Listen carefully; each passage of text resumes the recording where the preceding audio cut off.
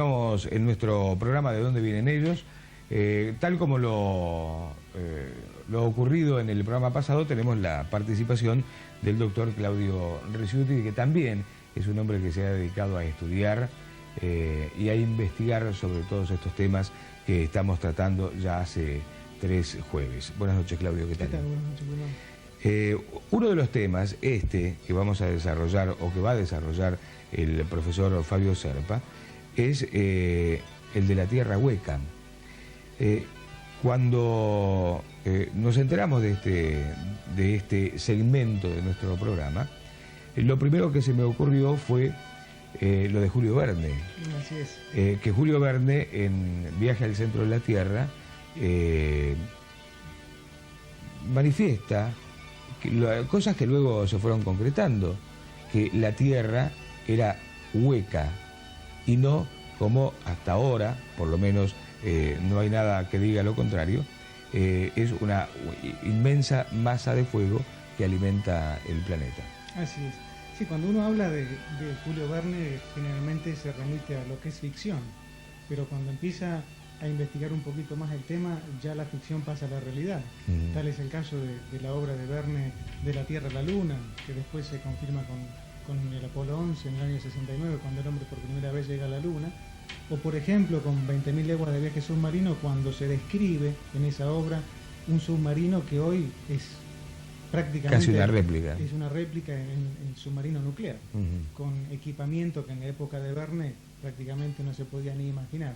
Indudablemente Verne era un visionario, una persona que vio más allá de su tiempo y tuvo la suerte de tener capacidad para escribirlo. ¿Cuándo se comienza a investigar seriamente este tema? Bueno, podemos hablar del año 1929, precisamente el 12 de diciembre de 1929, cuando el contraalmirante Wilkins, en uno de sus viajes, descubre en un vuelo más allá del polo, descubre una tierra hasta ese momento desconocida que le llamó la atención. Llamó la atención porque él esperaba encontrar masas polares muy extensas y después de determinado tiempo de viaje descubre una zona boscosa con un clima cálido y demás. Luego con esa investigación se continúa con el capitán Byrd, donde en el año 1947 realiza un viaje por el Ártico y en el 1956 un viaje por el Antártico y también logra ver justamente esa tierra. Precisamente Byrd iba tras los pasos que había hecho Wilkins. La cosa se comienza a investigar en esos años. En este momento se desarrolló una gran teoría alrededor de todo esto. Teoría que, dentro de unos momentos el profesor Fabio Serpa nos va a explicar con la colaboración de un gran estudioso de este tema, que es un periodista de apellido Pico, que ha dedicado varios años de su vida a esta temática. Vale decir que, de acuerdo a lo que dice el periodista Pico y de acuerdo también a los estudios que hasta ahora se han realizado, existe la firme posibilidad que la Tierra sea hueca. Sí, la teoría fundamentalmente tiene su pilar en que los polos no son convexos, sino cóncavos. Entonces se explica que Byrd, en uno de sus viajes por los polos, se mete en esa concavidad terrestre, o sea, como si fuera una abertura terrestre hacia el mundo subterráneo, y de ahí en más se desarrollan una serie de investigaciones y vamos a ver lo que dice Pico y el profesor Serpa. Lo dejamos entonces al profesor Fabio, su entrevistado. ¿Cuántas veces usted me preguntó si la Tierra podía ser hueca, como decía Ramón Barnard en un famoso libro allá de la década del 70, que popularizó tanto este tema y que tiene una raigambre cultural realmente excepcional en toda la historia del ser humano? Y un especialista que se ha adentrado en el mundo de la tierra hueca es este señor llamado Héctor Antonio Pico. ¿Tiene algún asidero científico la posibilidad de que la Tierra sea hueca, Héctor? Yo le voy a contestar con otra pregunta, Fabio. Hace 500 años, Galileo Galilei, cuando decía que la Tierra era redonda, contradiciendo todo lo que se sabía en la época, lo que se decía y lo que se aceptaba oficialmente y se dejaba de decir oficialmente, sobre la Tierra. Tenía algún asidero científico. En ese tiempo Galileo no disponía ni de sondas radioeléctricas ni de todos esos elementos que permiten una investigación siquiera superficial de la corteza terrestre. Yo creo que Galileo hizo en aquel tiempo más o menos lo mismo que hice un día yo, vaya a saber por qué inspiración y de qué carácter, ¿no? La humanidad tiene grandes libros históricos, interpolados, a veces mal traducidos, y esos grandes libros históricos guardan extraordinarias referencias, que creo que son las mismas que sirvieron a Galileo Galilei. Uno de ellos es la propia Biblia, en cualquiera de sus traducciones. Yo siempre pienso que cuando... ¿Esta edición de la Biblia de qué es? De Valera, es la edición de Valera. Ah, de Valera. Más o menos todas las Biblias, con algunos pequeños cambios de traducciones, dicen lo mismo. Yo creo que Galileo, cuando decía que la Tierra estaba en el espacio y la opinión científica de ese tiempo era todo lo contrario, él había leído Job 26:7 que decía: Él extiende el norte sobre vacío, cuelga la tierra sobre la nada. Y cuando cuelga la tierra sobre la nada. Claro, incluso cuando decían que la Tierra era plana, ¿no es cierto? Y hasta algunos decían que era cuadrada, no faltaba quien dijera que era cuadrada. Posada sobre 2 elefantes. Sobre 4 sillares, sobre 2 elefantes, había miles de versiones. Yo creo que Galileo había leído Isaías 22, 22, donde decía: Él está sentado sobre el círculo de la tierra, etcétera, etcétera. Y Él está sentado sobre el círculo de la tierra. Total referencia... El libro de los libros. Total referencia a que la Tierra es redonda, ¿no es cierto? Y en estos tiempos, Héctor Antonio Pico, para basarse en que la Tierra es hueca y que está habitada en su interior, recurre a Jueces 9, 10, 37 y lee: Volvió Gaal a hablar y dijo: He allí gente que desciende de en medio de la tierra y una tropa viene por el camino de la encina de los adivinos. Yo creo que es una referencia vuélvalo a repetir, eso es muy bueno. En Jueces...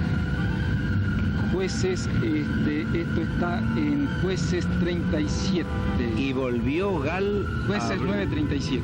A hablar y dijo: He allí gente que desciende de en medio de la tierra y una tropa viene por el camino de la encina de los adivinos. ¿Sabe por qué dice de la encina de los adivinos? Pienso yo. A ver. Clara referencia al origen posiblemente indogermánico de la propia Biblia, pues la encina es el árbol sagrado de los germánicos, el Igradil o el Imirsul, como se le llama en la mitología odínica. ¿Ve cuánto se descubre a veces en los libros históricos de la tierra, como en el Mahabharata, como en el Ramayana? Ahora bien, Fabio... Esta es nuestra Biblia y los libros sagrados casi siempre dicen una cantidad de cosas enormes. Claro, ahora bien, en este tiempo se manejan así informaciones, como por ejemplo hace poco vi una revista que presentaba un corte longitudinal del globo terráqueo, donde prácticamente por sondas radioeléctricas, trabajos satelitarios de infrarrojos, se había descubierto ya todo lo que había en el interior de la Tierra. Y yo me voy a este otro pequeñísimo y gran libro. Este es de un geólogo ruso, Malayov. Se llama Hacia el centro de la Tierra. Este libro comienza diciendo Malayov, se refiere a una reunión que hubo en la Academia de Ciencias de la URSS, donde se expusieron teorías sobre cómo podía estar conformada la Tierra, no hace mucho tiempo. Y Malayov dice con una estupenda sinceridad: 30 conocidos científicos e interrogados por nosotros expusieron cerca de 50 hipótesis. Y entre tanto, una de estas nos pareció particularmente audaz y excepcional. Sigue diciendo Malayov: todas las suposiciones sobre el estado de líquido incandescente o de fusión del planeta, expresó el académico Vladimir Naski, están basadas en concepciones divinas al mundo, ajenas a la ciencia. Es posible y admisible, aseguró el científico, que hacia la parte central del planeta la temperatura baje rápidamente. Caray, pero cambiamos muchos conceptos de la ciencia. Es decir, ese centro enormemente siempre con un magma ahí enormemente incandescente y con un fuego tremendo, no existiría entonces en la realidad. No pasa de ser una teoría, ¿no es cierto? Lógicamente... Y 50 hipótesis en un congreso científico. Podrían barajarse 200, porque no sabemos de qué está constituido nuestro globo terráqueo en su parte central. De aquí a donde estamos sentados usted y yo, Fabio, en Buenos Aires, y de cualquier lugar del planeta desde ya, al núcleo central hay 6.476 kilómetros. 6.476 kilómetros. Y creer que una sonda radioeléctrica o un satélite equipado con infrarrojo puede penetrar 6.476 kilómetros de materia densa, fíjese bien la comparación que le voy a hacer, Fabio. Cuando el hombre apenas logra tomar el interior de un cuerpo humano que tiene 20 o 25 centímetros, ¿no? La radiografía, el rayo X, ¿no?